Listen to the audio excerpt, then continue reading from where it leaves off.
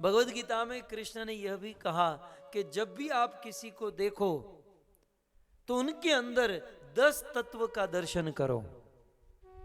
किसी भी व्यक्ति के अंदर 10 तत्व हैं। एक तो ये बॉडी, ये शरीर 5 वस्तु से बना है, पृथ्वी, जल, अग्नि, वायु और आकाश।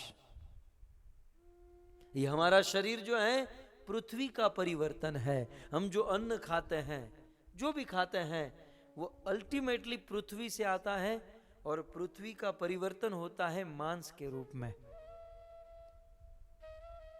हमारा शरीर जल से बना हुआ है। ये ब्लड सर्कुलेशन आदि जो भी होता है वो जल के कारण, 70% जल है।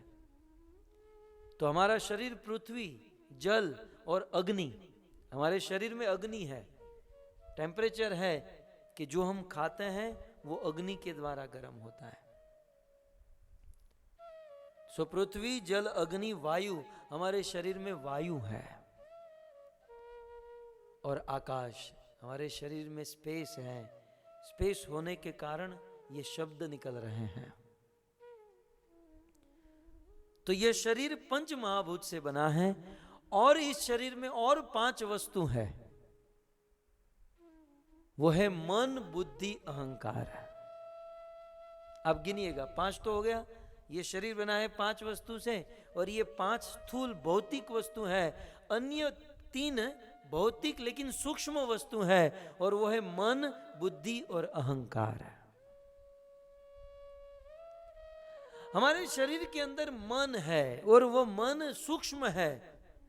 जैसे स्थूल वस्तु को पकड़ा जा सकता है लेकिन मन को पकड़ नहीं सकते, वो बड़ा सूक्ष्म है। और मन क्या करता है? Thinking, feeling and willing. ये जो सुख दुख का अनुभव, आपको कोई थप्पड़ मारे तो दुख कहां होता है? कभी आपने सोचा? कोई हमको गाली देता है तो किस पार्ट को प्रॉब्लम होती है? कोई हमको गाली दे, थप्पड़ मारे तो प्रॉब्लम कहां होती है? केवल एक जगह पर, और वो है मन। यदि मन ठीक है तो कोई प्रॉब्लम नहीं है। मन एक ऐसी नदी है जिसमें विचार बहते रहते हैं। और कलयुग के जीवों में अच्छे नहीं, बुरे विचार ज्यादा बहते हैं। तो किसी व्यक्ति के अंदर पृथ्वी, जल, अग्नि, वायु, आकाश है। 6ठा तत्व है मन। 7वां तत्व है बुद्धि। हम सब के अंदर बुद्धि है, ऐसी आशा करते हैं।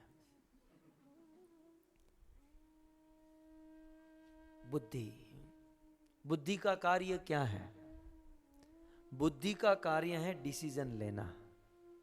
देखिए, सबका अपना अपना कार्य। मन का कार्य है सोचना, बुद्धि का कार्य है डिसीजन लेना। हमें कोई भी मन में विचार आता है, फिर वो सिग्नल बुद्धि में जाता है कि ये करूं या ना करूं। बुद्धि सैंक्शन करती है, यस और नो। यदि बुद्धि भगवान में लगाते हैं तो भगवान ददामी बुद्धि योगम, हमें अच्छी बुद्धि देते हैं और अच्छे डिसीजन, अच्छे निर्णय लेने की शक्ति मिलती है। सो बुद्धि। और तीसरा है हमारे अंदर अहंकार। ये अहंकार एक सूक्ष्म तत्व है जो हम सब के अंदर है। एक बात समझिए, अहंकार कोई बुरी चीज नहीं है। मिथ्या अहंकार, फॉल्स ईगो, ये बुरी चीज है।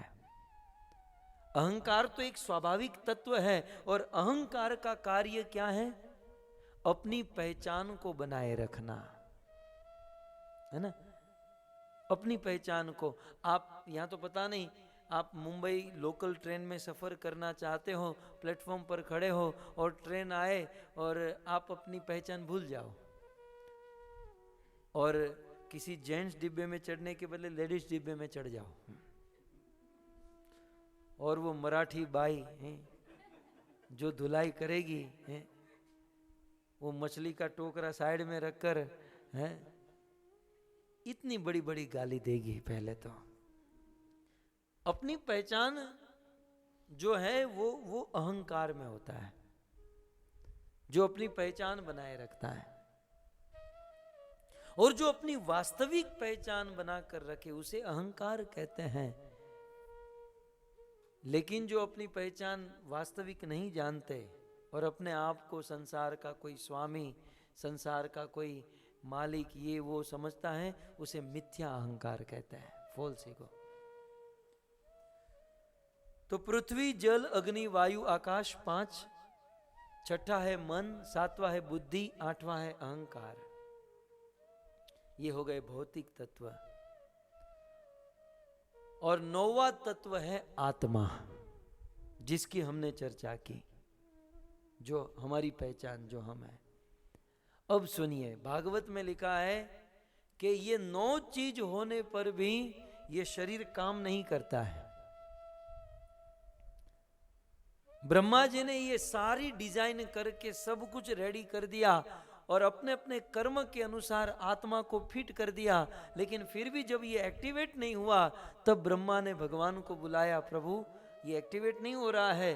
तब भगवान शिरोदक्षाई विष्णु करोड़ों स्वरूप में एक्सपांड हुए और परमात्मा के रूप में प्रत्येक जीव के हृदय में प्रवेश किए।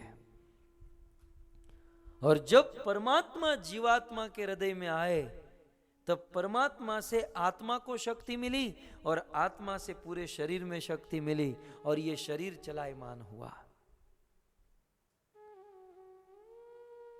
परमात्मा से आत्मा को शक्ति मिलती है और आत्मा से शरीर को शक्ति मिलती है और ये शरीर चलायमान होता है।